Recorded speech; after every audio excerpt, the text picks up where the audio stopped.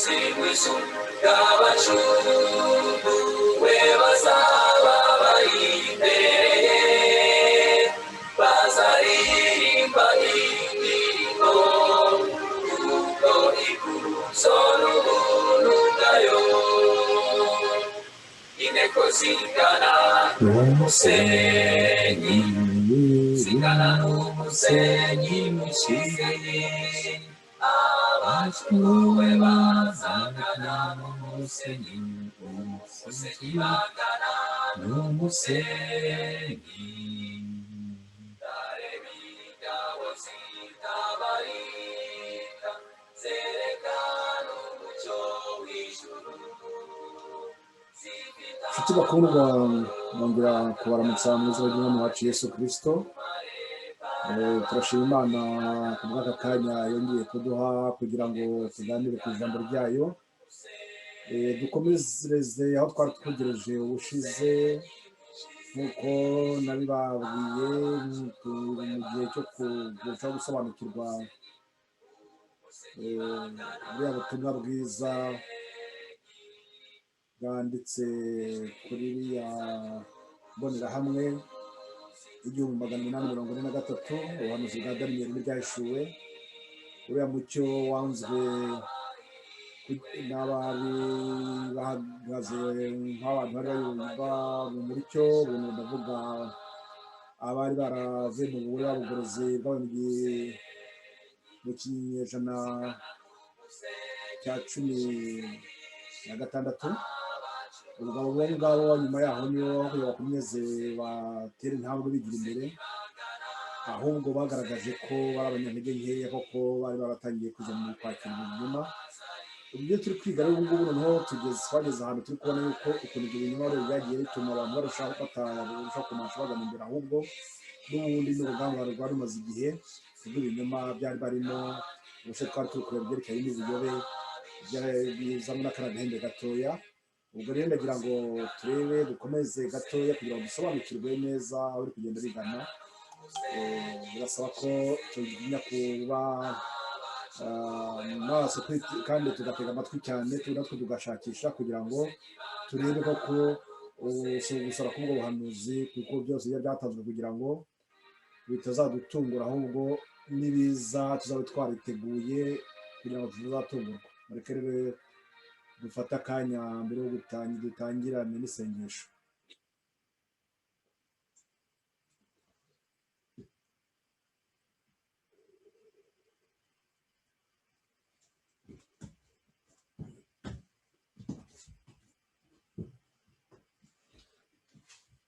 Data twese uri mu ijuru, uhimbazwe Data kubw'impuhwe n'imbabazi utugirira, uhimbazwe kubw'umucyo mwinshi ugerageza kugenda utwongerera kugira ngo dusobanukirwe n'ibihe duhagazemo byo muri iki gihe cya nyuma. Turashima Mwami Imana yacu kuko nta gihe cyose wigize wirengagiza abaza bakugana. Muri ubu buryo Mwami tugushimira kubw'abo bene Data nabo bari mu mpande zitandukanye z'iyi si bagira umwanya wo gukurikira ijambo ryawe. Abo bose Data kubw'inyota n'inzara bafite, ndagusaba kugira ngo bari bo bafungura kandi bahe bakwiriye. Ni muri ubwo buryo kandi none dutabaza Data abamarayika bawe kugira ngo barusheho kutuba hafi, kugira ngo ibyo twiga n'ibyo dusobanukirwa ntibikajye byongera biyoyoka, ahubwo bijye biba byo kutwubaka kugira ngo turusheho gushikama, kuko tubona umucyo, tubona icyerekezo tuganamo. Urimo tujya imbere kandi Data tuyobore, dufashe dusobanukirwe n'ibyawe. None mu izina ry'umwami wacu Yesu tugusaba tukwiginga, amen.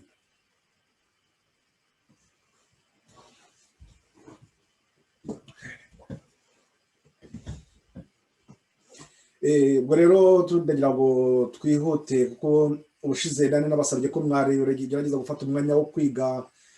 Hari igitabo nabwiye cy'intama rikomeye w'iciciro cya 3, hari amagambo y'ubusobanuro bugerageza kwimbika ubwandu byadufasha gusobanukirwa neza, ariko naje gusanga ko guhita nanone nyatambukaho kandi yenda bamwe bataragize bagira n'amahirwe ko n'ibyo gitabo nk'igihe bakeneye gishakisha, ariko ubundi ntabwo biruhije kuko ibyo bitabo nabyo biboneka kuri internet, biriho ku buryo no muri za telefone zacu hari za application ushobora kubibona, ku buryo n'umuntu akaba yagerageza kwisomera n'amateka aho ari hose akayagendana.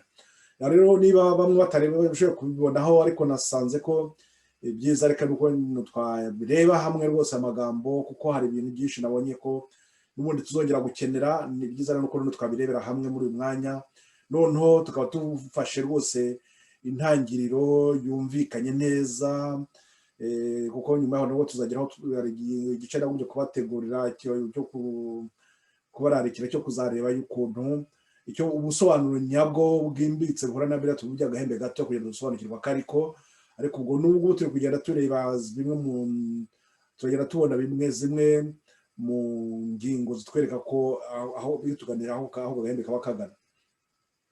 Rero mureke rero twihuse turebe ubuyobe twabonye. Ubuyobe abari kuri Zoom nk'uko nsanzwe mbigenza, ubwo ndagira ngo nyine muze kubona uko mukurikira amashusho yariyo turaza kureraho cyane. Ubwo nabo muraba munkurikira kuri Facebook muzaba mubikurikira mubisoma, ubwo naho ubu cyangwa se ikindi twazakora nuko nanone video murazandaza kwibohereza, muraza kwibona yose. Reka rero turebe uko bimeze, tusobanukirwe neza.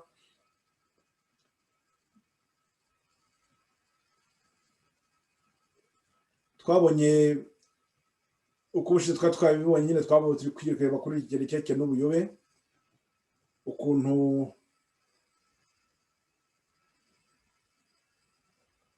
ubuyobe bwaje.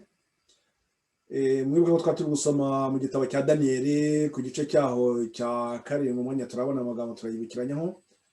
Buriya gice cya 7 mwebwe ko twari turi kureba ukuntu za nyamaswa twabonye zo mu gice cya 7 ziza nazo zisobanura neza ibyo twari twabonye mu gice cya 2. Mu gice cya 2 twabonye igira igishushanyo gifite ibihande, gifite umutwe, igihimba, amaguru, igituza n'amaguru. ubwo rero twari twabonye ko yagereranya n'abami bane bazakurikirana, ndetse twaje gusobanukirwa abami bane abari bo, tuza kugera ku bwami bwa 4 butari twahawe ubusobanuro n'ibyanditswe, ariko ahubwo amateka akaba yarazagenda arushaho kudusobanurira ibyo ari byo. Ubushize rero twabonye by'izo nyamaswa, izo nyamaswa nyine uko nyine zikurikiranye. Noneho ubwo rero tuza kubona yuko tujya kuri ya nyamaswa ya 4 ifite amahembe 10. Iyo nyamaswa ya 4 ifite amahembe 10 akaza kuzabonekamo agahembe gatoya kazavuga ibikombe. Inyamaswa ya 4 twaje kubona ko ari Roma. Noneho tuzakongera kubona yuko muri ayo mahembe 10 rimwe ryaje kuzakura amahembe 3, ari ibintu rigenda rikora rwose rushaka kugira imbaraga, ndetse noneho tuza kusanga ko uryagomba kuvuga ibikomeye. Amagambo ngo tuyasome tuyibutireho, ariko tukabona ko nanone ngo niyo nanone izakomeza kuzageza kuzagera ku gihe ubwami bwe bw'ijuru buzimikwa. Ubwo rero tukaba turi kureba none mpamvu turi kubisha kubyindika nuko muri iki gihe tugezemo, ari iki gihe turi kureba aho igihe cyacu kiri kurangira, igihe cy'imbabazi. Birasaba kugira ngo nyine dushobore gusobanukirwa neza niyo ntambara turimo, cyane cyane intambara mvuga aha ngaha ni iyi ngiyi nyine yerekeranye n'ubuyobe, kuko ubwo ni ukuvuga ngo ijambo ry'Imana rigiye kurwanywa, abanyabinyoma babe benshi, ariko noneho abahagararira ukuri nabo bagomba kumenya uko kuri buhagarara muko, ariko uko kuri kandi tuzi ko ariko kuzatuma dushobora gutsinda ibyo bigeragezo byose, kuko tuba turiye cyose tuvuga tuti Satani dore uko ibyanditswe bivuga, tukaba aricyo dushingiraho. Ibyo rero reka noneho kuko twari twabonye nanone mwibuka ko twari twabonye ko aka gahembe gatoya none kaza kagira gate gakurikira mu bushobozi bwaturutse kuri iriya nyamaswa nyine, kuko ako gahembe nako gahembe n'ubundi ni ak'iyo nyamaswa, ntabwo ari akahembe kavuye ahandi hantu, ahubwo ni ak'iyo nyamaswa. Ariyo bishatse kutubwira ko aka gahembe ari ak'iyo nyamaswa ya 4. Iyo nyamaswa ya 4 kandi twabonye ko ariho iyo ivuga Roma. Mureke rero twihuse, ubwo tugiye kureba muri ibi gice, mufate Bibiliya zanyu, turagiye cyane tureba kiriya gice cya 7, nicyo tujyana amagambo n'ingero duheraho, ariko cyane muri gice cya kabiri rwa kabiri rw'Abatesalonike niho ukuntu Pawulo nawe kiriya kintu yabivuzeho avuga ibyerekeranye n'ubwo buyobe, nibwo nibyo tugira ngo tuze kurebaho cyane, ariko ubwo twifashisha nanone cya gitabo cy'intambara ikomeye igice cyaho cya gatatu aho batubwira ibyerekeranye n'ubuyobe, kugira ngo nyuma yaho tuzongera kuzagenda tubihuza, kuko ni uburyo bwo kugenda ngerageza kubereka zimwe mu ngingo zagiye zivugwaho n'abandi ndetse zagiye ziboneka mu buryo bw'amateka, ariko noneho tukazagera ubwo tuzongera kubihuza neza buri cyangwa na mugari mukaba mwarushaho gushakisha. Dukurikije rero nuko tubwirwa yuko aka gahembe gatoya twari twabonye yuko ari ubwami cyangwa se ubutware bwo mu bwami bwa Roma, nuko tumaze kubibona.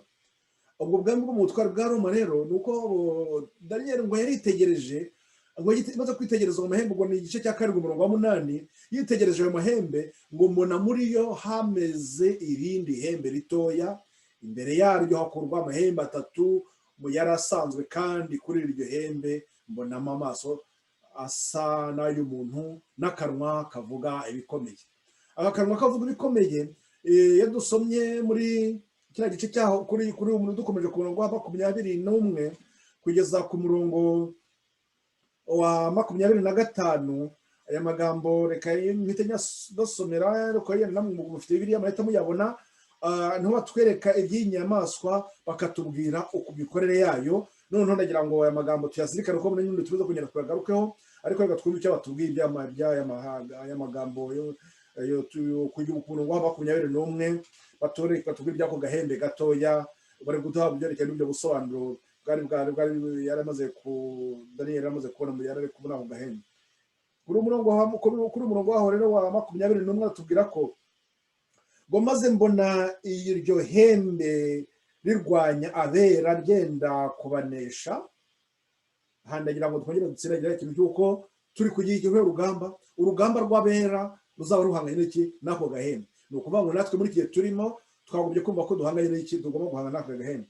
Ubwo rero icyo batubwiye baratubwiye ngo maze ngo mbona iryo hembe rirwanya abera ryenda kubanesha, kugeza aho umukuru nyiribihe byose yaziye agatsindishiriza abera y'isumba byose.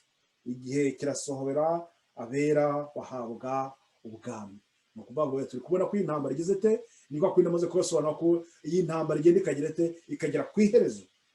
Maze ku murongo wa 23 aratubwira ngo maze wa wundi arambwira ati, iyo nyamaswa ya 4 twabonye ko izaba ubwami bwa 4 ku isi, kandi buzaba budasa n'ubundi bwami bwose, buzaconshomera isi yose, buyisiribange buyimenagure. Ubwami bwa 4 nako ku murongo wa 24, kandi ayo mahembe 10 muri ubwo bwami hazakomokamwo abami 10, hanyuma yabo hazaza undi mwami, ariko we ntazaba asa n'abo ba mbere, kandi azanesha abami 3. Ku murongo wa 25, niwe uzavuga ibyo kugomera Imana, uzavuga ibyo kugomera isumba byose, kandi azarenganya abera b'isumba byose, azigira inama yo guhindura ibihe n'amategeko, kandi bizarekerwa mu maboko ye kugeza aho igihe n'ibihe n'igice cy'igihe bizashirira. Tubonye ko aka gahembe gato byose muri iyo ntambara kazaba karwana, abera b'Imana bazafashwa nuko isumba byose Kristo umuneshi uzagumya kuduha kutuba ku ruhande rwacu, n'uzaba turushaho gutuma dushobora guhangana kara gahembe. Twongere mbibutse yuko ngo ahangaha tugiye guhangana, no kuvuga ngo byabo kwa buyobe hari abagomba kuba bagize bati bagomba gutwara umucyo, abo nibo bagomba kugerageza kurushaho kugenda bamurikira abari mu mwijima. Ariyo mpamvu tuba tugomba kurushaho gusobanukirwa hano. Ariko no ngo kiri no kuri murongo wa 25 ko zarwanya ngo abera, murongo wa 23 twabibonye, ndetse ukenda kubanesha. Ariko noneho ku murongo wa 25 ngo izigira inama yo guhindura ibihembe by'amategeko. Umva ko ni ibintu by'Imana bizaba biri kurwanya. Ndetse aya ntabwo twibuke neza ko no ku gice cyaho cya munani ku murongo waho wa 9 ndetse by'ako gahembe bongera kutubwira iby'agahembe. Ako gahembe ntabwo yo nshaka kuyasoma amagambo muzayisomere, ndetse ku murongo w'igice cyaho cya 11 no ku murongo wa 31 bongera kutubwira n'ibindi bisa nk'aho ngaho. None tukongera tukabona yuko na Yohana nawe mu byahishuwe 13 atubwira ko hariho atubwira, reka ayo magambo yo tuyasome kuko aradufasha gusobanukirwa neza ibyo kugomera isumba iby'akagahembe gafite amaso asa n'ay'umuntu n'akanwa kavuga ibikomeye. Ibyo bavuga ngo bikomeye, reka turebe noneho muri ibyahishuwe kuri iyi gice cya 13. ntabwo muzasome kumuhere ku murongo wa 1, ariko njyewe ndahita nihutira kujya ku murongo wa 5 kuko ni uburyo kugira ngo igihe tukihutishe, igihe cyo kuducika cyane. Ku murongo wa 5 baratubwira ngo ihabwa akanwa kavuga ibikomeye. Nk'uko tumaze kwibona hehe, tumaze kwibona kuri uriya murongo wa 8, Daniel igice cya 7 umurongo wa 8. Kandi nagira ngo bibutse ko ubwo ngo byamenyekanye ryari muri iyo myaka hafi ya 600 mbere y'ivuka rya Kristo. Noneho ahangaha ho Yohana wari kubyandika mu mwaka uri gushyira 100, ubwo mu myaka muri za 90 nibwo ari kwandika amagambo kandi numva ibyo agivuza atuye ko ngo iyo nyamaswa ivugwa ahangaha, ubwo ntabwo bari kuvuga agahembe gato, ariko batuye ngo batubwira inyamaswa, ariko no bakatubwira ngo ihabwa akanwa kavuga ibikomeye n'ibyo gutuka Imana, ihabwa no kurama ngo imare amezi 42. Igihe n'igice cy'igihe, ahangaha batubwiye amezi 42. Mbese ibintu birahuye, nabwo tuzaza kubibona neza ko iyi mibare n'ubundi ko byose biza byongera bigahura n'umwaka n'igihumbi 260, kuko nabwo tuza kubona tugera tukabona iyo mibare. Ariko ubwo nagira ngo gusa nitsize kuri uyu murongo kugira ngo twumve yuko bihura. None kongera ku murongo wa 6 bakatubwira ko ngo ibumburira akanwa kayo gutuka Imana no gutuka izina ryayo n'ihema ryayo n'ababa mu ijuru. Murumva kuri amagambo akomeza, ariko ko numva mbese byaba ari byiza ko muri gice cya 8 nabwo cya Daniel, reka dusome aya magambo yo uhere ku gice cya 8 umurongo uhere ku murongo wa 8 dore ku murongo wa 9. Reka tuyasome nayo bityo tuyahuza nanga tumaze gusoma yo mu byahishuwe cyane cyane no murongo wa 6, twite twumva uko biri guhurira neza. Reka nyasimbukira kuri umurongo wa 9, igice cya 8 umurongo wa 9 baratubwiye ngo kuri rimwe muri ayo ndumva by'amahembe yaravuye kuri ya sekurume. Muraza kuyasoma neza, ariko batubakwereka sekurume yari ihembe ryayo rinini yaravunitse, noneho haboneka n'amahembe, havuza n'amahembe 4, ariko no muri amahembe ku murongo wa 8 niho mpera ngo isekurume y'ihene igira imbaraga nyinshi cyane, imaze gukomera iryo hembe rinini riravunika, mu cyimbo cyaryo hamera andi mahembe 4 agaragara cyane yerekeye mu birere bine by'ijuru. Kuri rimwe muri ayo mahembe 4, kuri rimwe hashamikaho agahembe gato karakura cyane. Urumva ko agahembe kashamikiyeho kagize umwanya wo gukura cyane, kagerwa kabaye ihembe rinini ryerekeje ikusi y'Iburasirazuba n'igihugu gifite ubwiza, rihinduka rinini rigera mu ngabo zo mu ijuru, ndetse ingabo zimwe n'inyenyeri zimwe ribijugunya hasi rirabisiribanga. Ku murongo wa 11 nuko ririkuza ndetse ryireshyeshya n'umugabo w'ingabo, rimukoraho igitambo gihoraho, kandi ubuturo bwera nabwo burasenyuka. Muri kuva ko aya magambo turi kuyahuza neza naye tumaze kubona ku murongo wa 6 ngo ibumbura akanwa kayo gutuka Imana no gutuka izina ryayo n'ihema ryayo n'ababa mu ijuru. Ihabwa kurwanya abera no kubanesha, nk'uko twabibonye muri kuri kiriya gice cya 20 kuri igice cya 7 guhera ku murongo wa 21. None ngo ihabwa kuri umurongo wa 7 13 ku murongo wa 7, ihabwa kurwanya abera no kubanesha, ihabwa no gutwara imiryango yose n'amoko yose n'indimi zose n'amahanga yose.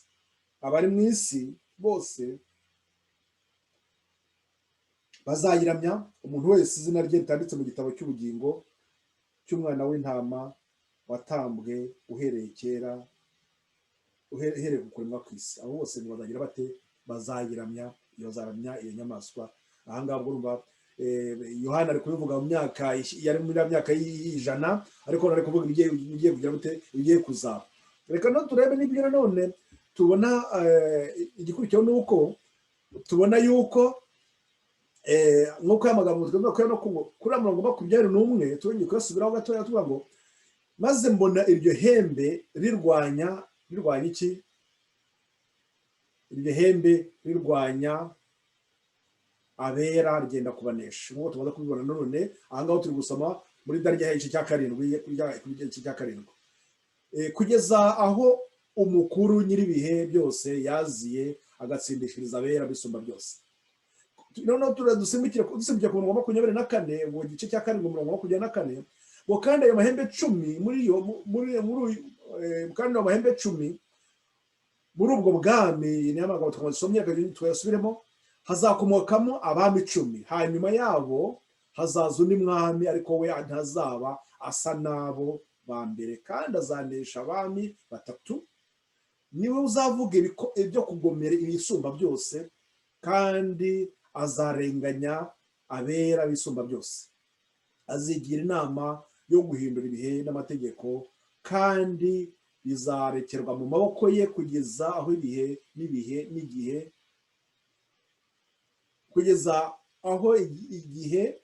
n'igice cy'igihe bizarangira. Hano ariko twabonye mu gice cyaho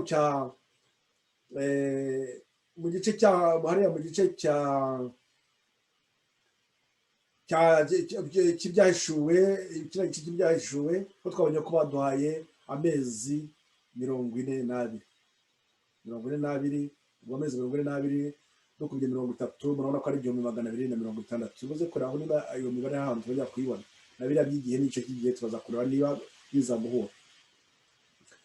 Ubwo rero turabona akagahembe gatoya, mwumva ko ibyo kazaba karwanya ibyisumba byose byo kugomera Imana, kazavuga ibikomeye byo kuvuga ikomeye, nuko kazaba karwanya gashaka kugomera Imana. Kugomera Imana niko tubonye ko nanone ari kwa kuzasiribanga kwa kuri muri burya igice cya 8. Nanone ku igice cya 8 niho twabonye tubona none ko ngo azahaguruka no rwose akarwanya ibikuri, akarwanya ijambo ry'Imana. Ubwo buyobe rero turi noneho Pawulo nawe dushyiriye mu myaka abishyira mu myaka ya 50. Pawulo nawe niho yabwiye Abanyetesalonika kugira igice cyaho cya 2, ababwira ati ntihazagire umuntu wababeshya ngo igihe cy'ubwami bw'ijuru buregereje bwacyaje, ati niko Kristo yaje, ahubwo ati hari ibintu bigomba kuzabanziriza. Nibwo ngo ntihakagire umuntu uboshya uburyo bwose, kuko uwo munsi utazaza kurya kwimura Imana kutabanje kubaho, kandi urya munyabugome atarahishurwa ari we mwana wo kurimbuka.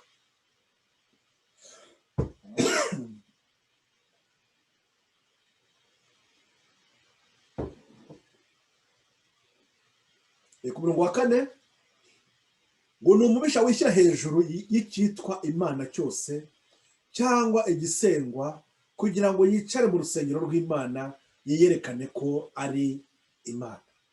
Murumva ko Pawulo nawe hano ari kubivuga, nawe ahuza neza n'abera tumaze kubona muri Daniel igice cya 7, ndetse n'abera twabonye mu gice cyaho cya 8, ndetse hariho ntabasomye mu gice cya 11 naho birongera akabigarukaho. none murabona ko mu byahishuwe nanone Yohana yari yabivuze.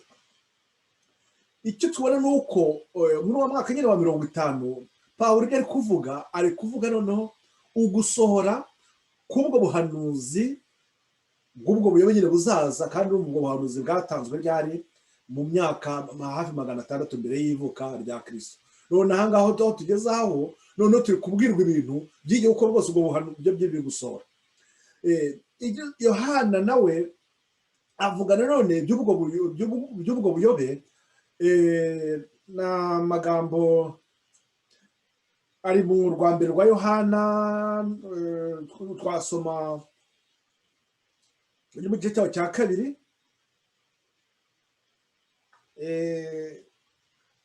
mu gice cyaho cya kabiri urwa mbere rwa Yohana, mu gice cyaho cya kabiri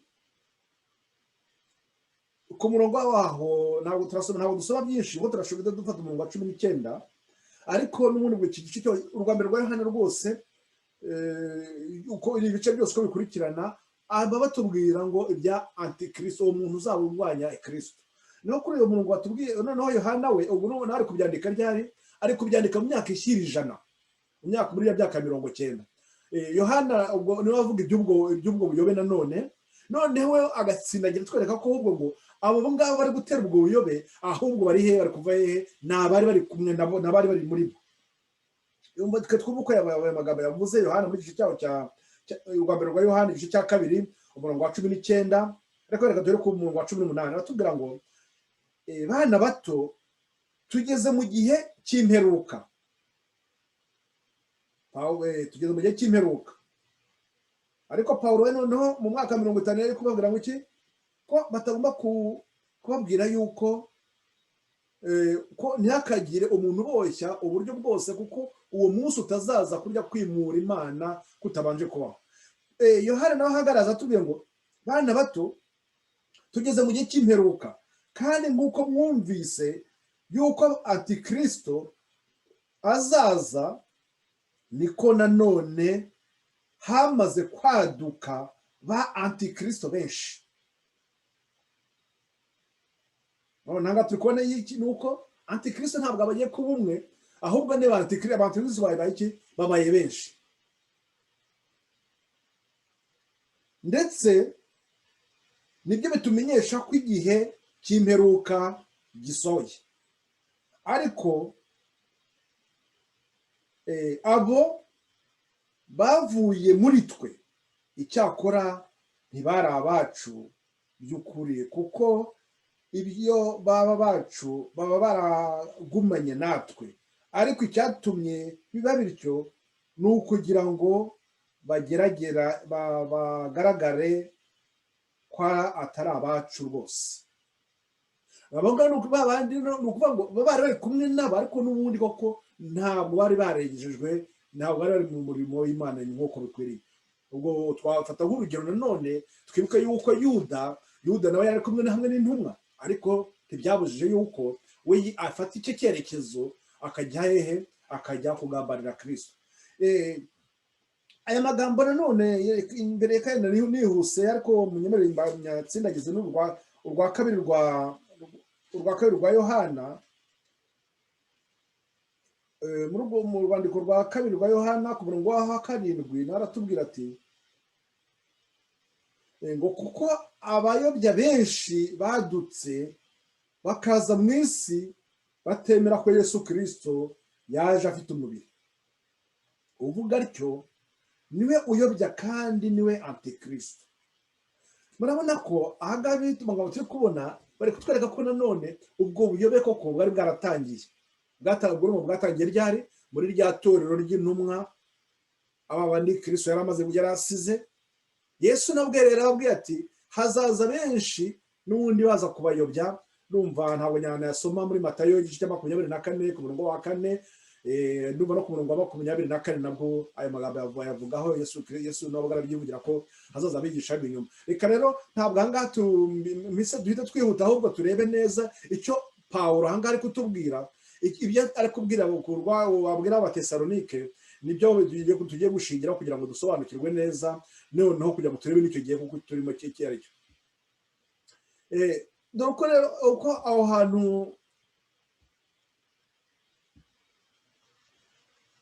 uwo mugaragu w'Imana mu rwandiko rwa kabiri intumwa Pawulo mu rwandiko rwa kabiri intumwa Pawulo yandikiye Abanyetesalonike yahanuye iby'ubuyobe bukomeye bwajyaga kuzaba inkurikizi y'ishyirwaho ry'ubutegetsi bw'ubupapa,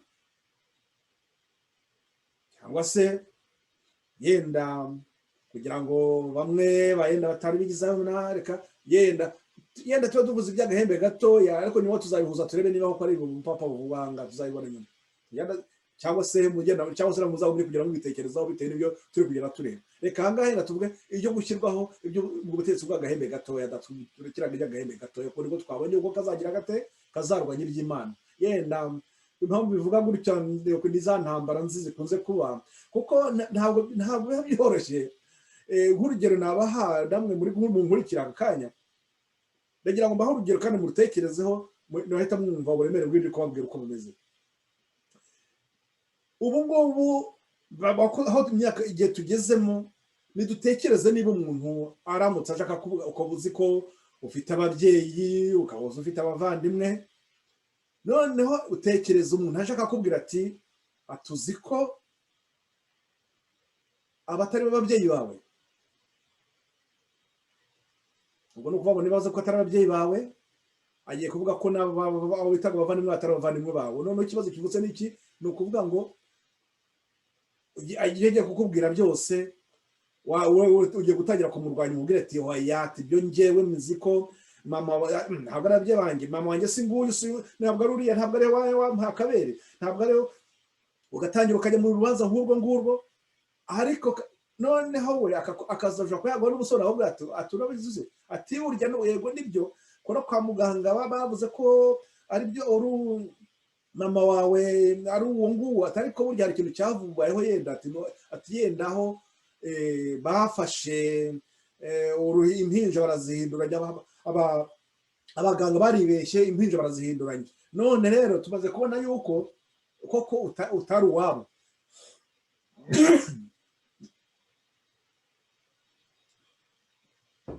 Munyihangane, murumva ukuntu ibyo bintu biba bigoye kubyumva. Ni ukuvuga mu gihe urabona uvuga ati ntabwo ari byo, azakubwira ati ndetse none reka ahubwo tunapime, bazapima yenda biriya bavuga bapima za DNA cyangwa DNA mu cyongereza, niba nayipima nabyo uzavuga ati ibi byuma bishobora kuba atari byo. Kuko kubera iki? Kubera ko hari ikintu uzaba warashyize mu mutwe kidashobora kuvanamo. Impamvu babwira ibi ngibi ni iki? Ni ukuvuga ngo urwo rubanza waruburana, bakaguha ibimenyetso byose bikagira byose bimeze bite, ndetse bakakubwira bati nureba ko utarasa nawe neza, yenda icyo ugatangira kuvuga ngo ariko se koko ubundi koko kuki ndeba ko ubundi ntasa n'abandi n'abavandimwe bandi bita bavuga ngo n'abavandimwe ko niba tudasa neza kandi bo nkaba nabasa, yenda aho ngaho bikagira bite, bigatangira kubyibazaho. Ariko ubwo urumva ko haba habanje kugira ite, haba habanje kuba intambara ikomeye cyane. Impamvu babwira ibi ngibi ni ibintu nabwo akenshi twagiye tujya duhura nabyo. Hari ibihe byajyaga biba ko kuba uri kwigisha n'abantu kugira ngo umubwire ko ari gukurikiraho ibinyoma, ukabimwereka neza neza akaguhakanira. Ariko simvuga nabo ngabo gusa, nanjye byambayeho kugira ngo nako nanjye ntambara nabanje kuyirwana. Ahubwo babwira ibi ngibi ni ukugira ngo ibintu tujye kureba hano, yenda bamwe nimuhite muvuga muti ibyo uvuga ntabwo tubishatse kubyemera, ntabwo aricyo mbahamagarira, ahubwo mwebwe mugire umwanya wo gushaka no gusobanukirwa niba ibyo turi gusoma bihuye n'ukuri. Ntushaka kwibaza ngo ninde wabyanditse, cyangwa se uvuga ngo umuntu ngo ninde uri kubivuga bivanye hehe. Oya, ahubwo ngiye kugerageza kubasomera ibintu uko biri, namwe no mugerageza kubishakisha, ndetse muzagenda mureba n'ibimenyetso bindi byose bihura n'icya kindi kubabwira. Nawe utangira ibibazo atari ko se ko ubundi ndeba koko biriya bintu bidahuye. Ni hahandi kukubwira nti nawe utekere wa undi uri kurwanya bakubwira ati ntabwo uri ababyeyi, ntabwo ari ababyeyi bawe, ntabwo ari abavandimwe bawe, koko nawe ukatangira ukavuga atari ko se ko n'ubundi ndeba koko tutanasa na gato kandi bo yenda badasa bose basa, ndabenda abandi bandi kuko ari byo udasa nabo. Ubu icyo gihe byaba bigiye gutuma umuntu agira ati ashobora gutangira kwitekerereza no kwitekereza ibye, atavuga ngo nibyo bambwiye. Aha rero turi kubona ko ngo Pawulo ahangaha ari kubwira abantu ngo muri uru rwandiko rwa kabiri intumwa Pawulo yandikiye abanyetesalonike yahanuye iby'ubuyobe bukomeye bwajyaga kuzaba inkurikizi ishyirwaho ry'ubutegetsi bw'ubupapa. Ahangaha nababwiye niba mutashaka kwita twemera ubupapa akanya tuvuga dutanga agahembe gato, kuba agahembe gato ko twabibonye neza ubuhanuzi bwa Daniyeli bwatubwiye ukuntu ibyo bizaba. Hasigaye noneho tuzongera turusheho kurihakisha ako gahembe gato kariko. Igihe noneho twikireho ko Pawulo dusubye duhera tubisindwe tubifata ukundi tubisome gutya mu rwandiko rwa kabiri intumwa Pawulo yandikiye abanyetesalonike yahanuye iby'ubuyobe bukomeye bwajyaga kuzaba inkurikizi y'ishyirwaho ry'ubutegetsi bw'agahembe gatoya. Yera tubifate gutyo. Ariko ngewe ahangaha turabihanuje ko ari iby'ubupapa n'ibyo gitabo gihamya, ariko reka tuvuge iby'agahembe gatoya gusa yenda yahanze dukomeze. Dukomeje rero batubwiye ko noneho ngo yavuze yeruye ko umunsi wa Kristo utazaza kurya kwimura Imana kutabanje kubaho, kandi urya munyabugome atarahishurwa niwe mwana wo kurimbuka, ni umubisha wishyira hejuru y'icyitwa Imana cyose cyangwa igisengwa, kugira ngo yicare mu rusengero rw'Imana yiyerekane ko ari Imana. Aya magambo Pawulo arayavuze gutya kandi kuvuga mu mwaka 50. Tubonye ko aya magambo n'ubundi twayabuze muri Daniyeli igice cyawo cya 7 ndetse mu gice cyawo cya 8, ndetse na Yohana nabivugaho. Urumva ko ingibi Daniyeli we byari mu myaka hafi 600 mbere y'ivuka rya Kristo, ariko ahangaho Pawulo ari kubivuga mu myaka hafi ya muri 50, hafi ya muri umwaka wa hafi ya 50 nibwo ari kuvuga aya magambo. Ikindi none yongeyeho nuko Pawulo byongeye kandi Pawulo yaburiye abavandimwe bati amayoberane y'ubugome n'ubu yatangiye gukora. Amayoberane y'ubugome, ubugome, kuvuga ubugome no kuvuga ngo kwica, kugomera isumba byose, no kwica ibya amategeko yayo, cyangwa se no kurwanya ukuri kw'Imana iri kuduha, icyo twita icyaha, nk'uko twabona mu rwa mbere rwa Yohana no ku gice cya 4 ku murongo wa 3. Ntabwo amagambo tujya tuyasoma. Urumva ko kuri umurongo wa 7 ku rwa kabiri rw'Abatesalonike kuri umurongo wa 7 batubwiye ko ngo ayo mayoberane y'ubugome yatangiye gukora. Twongere twibukiranye nuko nanone mu mwanya maze gusoma yuko Yohana nawe yari kubabwira ngo iki, yari kuvuga ati ahubwo abo ni ba Antikristo, ahubwo bavuye muri twebwe mu myaka mu myaka 100. Ubwo niwe cyagira none cyagiye intumwa zari zikiri, ubwo intumwa zari zikiri bamwe mu ntumwa bari bagiye kubakira ahubwo dore kuvuga ngo nabo ngabo bari barigishijwe na Yesu. Niba twibuka noneho byandi twabonye nuvuga ngo turi muri gihe cya mbere rwose cy'itorero rya Kristo, kandi twibuke yuko Kristo icyo yari yakoze cyari cyo kugira ngo atange umucyo wose, noneho atuyobore muri uko gukiranuka. Umwumva noneho yari kwigishiriza abantu ababwira abagira ngo noneho ubu bagende mu mucyo kuko ari we mucyo wanyu. Ariko ubu noneho mwumve ko bwa buyobe nabwo ntabwo bwatinze cyane, numva muri iyo myaka ya mwikubitiro rya mbere nabwo bwari bwatangiye kugaragara. Ayo mayoberane y'ubugome yatangiye rwihishwa kandi bucece, maze nyuma agenda arushaho gukora ku mugaragaro uko yagendaga agwiza imbaraga kandi yigarurira ibitekerezo by'abantu. Buhoro buhoro yakomeje umurimo wayo w'ubushukanyi no gutuka Imana.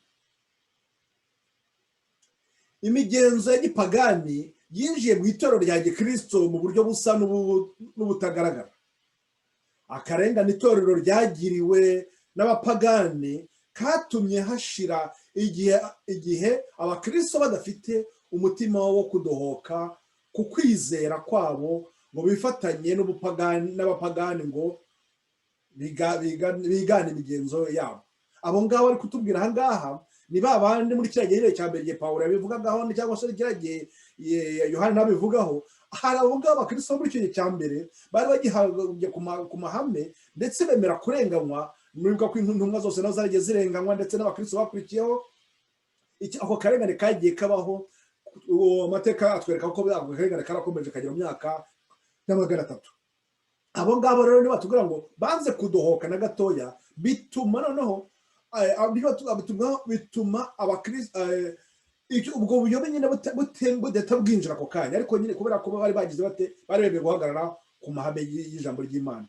Nyamara aho ako karengane karangiriye, maze ubukristo bukagera no mu ngoro z'abami, itorero ryaretse kwicisha bugufi no kwiyoroshya kwa Kristo n'intumwa ze, maze rikurikiza kwishyira imbere y'ubwibone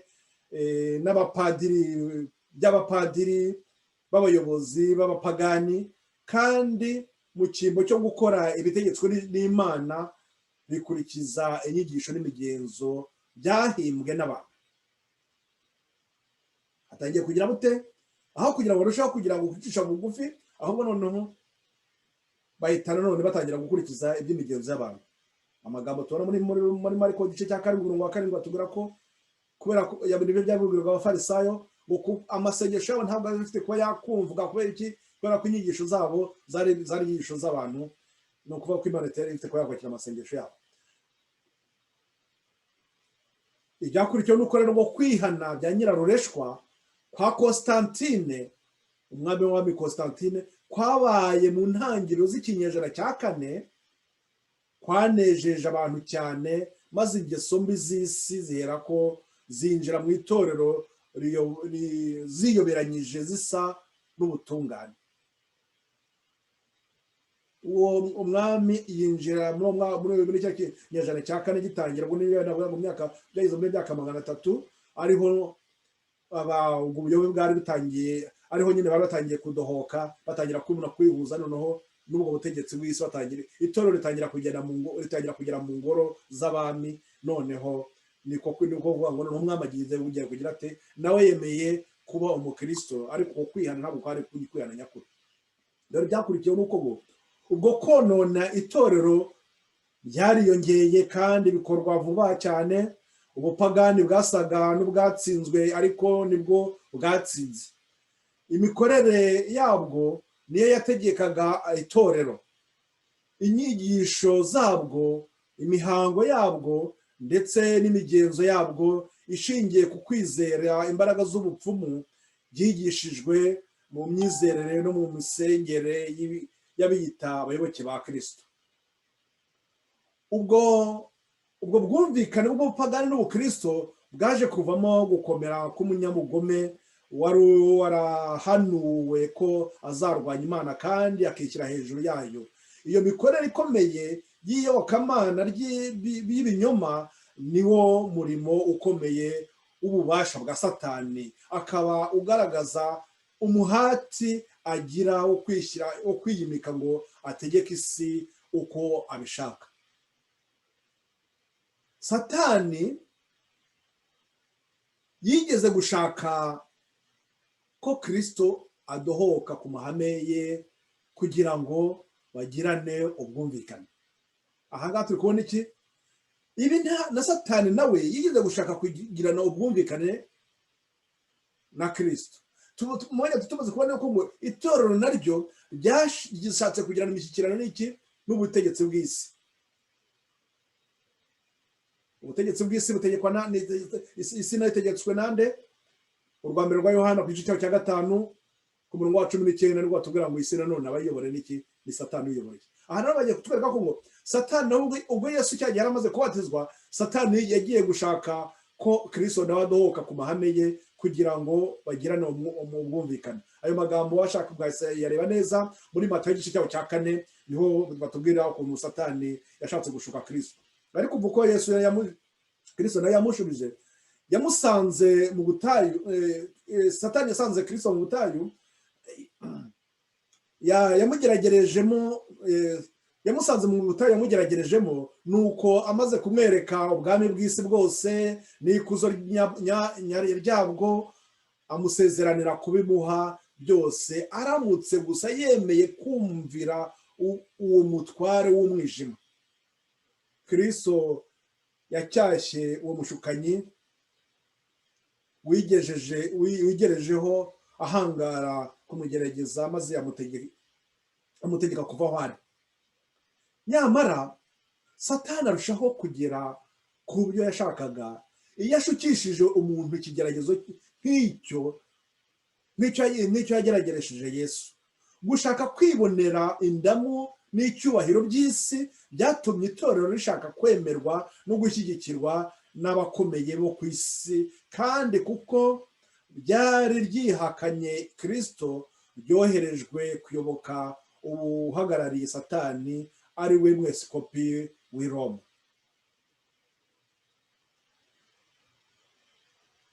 Imwe mu nyigisho zikomeye z'itorero gatolika ry'i Roma ivuga ko papa ari we muyobozi mukuru ugaragara w'itorero rya Kristo ku isi yose, akaba yarahawe ubutware bwo gutegeka abepiskopi n'abapasitoro bose bo ku isi yose. Ikirenze ibyo, papa bamuha amazina y'Imana ubwayo. Ndi kubisoma gutya nibyo nabwiye nti buri wese natangira agenzura yibaza avuga ati mbese ibi koko nibyo? Ahita nabaza ndetse ahita areba ibikorwa, noneho areba avuga ati koko bya bintu ni ibi biri kuvugwa.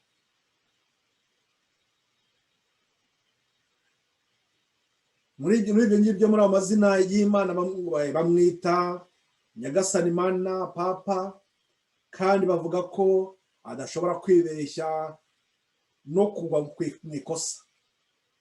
Ategeka abantu bose kumuramya. Icyubahiro satani yigitiriraga mu butayu yageragejemo Yesu n'ubu aracyakitirira abinyujije mu itorero gatolika ry'i Roma, kandi imbaraga y'abantu benshi yiteguye kumuyoboka. Burya igice cya gatatu cy'intambara ikomeye turi gusoma ku gice cya gatatu. Nyamara turi kuri paji ya 48. Nyamara abubaha Imana kandi bakayumvira bahangana n'uko kugerageza kwiyitirira icyubahiro cy'ijuru, nk'uko Kristo yamaganye ibyo umwanzi satani ufitiye amayeri menshi yamusabaga, maze akamukangara ati handitswe ngo uramye Uwiteka Imana yawe aba ari yo ukorera yonyine. Ayo magambo ari muri Luka igice cya 4:8, aho tubwira ngo ijambo ry'Imana ryaravuze ngo byanditswe ngo, byari bivuze ngo ijambo ry'Imana rivuze ko ugomba kuramya Uwiteka Imana yawe aba ari yo ukorera yonyine. Ariko satani yari kuvuga ati, yari kubwira Yesu ngo nundamuka wemuka ukandamya ndaguha ubwami bwo muri iyi si bwose. Imana ntiyigeze igaragaza mu ijambo ryayo ko hari umuntu yatoye ngo abe umutware mukuru w'itorero ryayo. Mbese noneho wundi uvuga ko ari we uyoboye amatorero mu isi yose, twagiye dutinyuka tukamubaza tuti ibyo uri kuvuga we byanditswe hehe? Ni hehe byanditswe mu ijambo ry'Imana ko ari wowe ugomba kuyobora amatorero yose, ko abapasitoro, abepiskopi, abapasitoro bose, abantu bose kuri isi bose, ko ari ugomba kuyobora? Ubisoma hehe? Hanga turi ijambo ry'Imana tuvuga ngo Imana ntiyigeze igaragaza mu ijambo ryayo ko hari umuntu yatoye ngo abe umutware mukuru w'itorero ryayo. Inyigisho ivuga ko ubupapa bufite ububasha bwo gutegeka itorero itandukanye n'inyigisho zo mu byanditswe byera. Nta bubasha papa ashobora kugira ku itorero rya Kristo keretse ubwo yihaye ubwe. We arabyiha pe, nk'uko none satani nawe avuga ati ni njyewe nshobora mbanyuriyemo, nshobora njye kwitegekera, niwe nyine abashaka no kwitekera iyo se, ko ntabwo ari nta Imana yabaye itanze.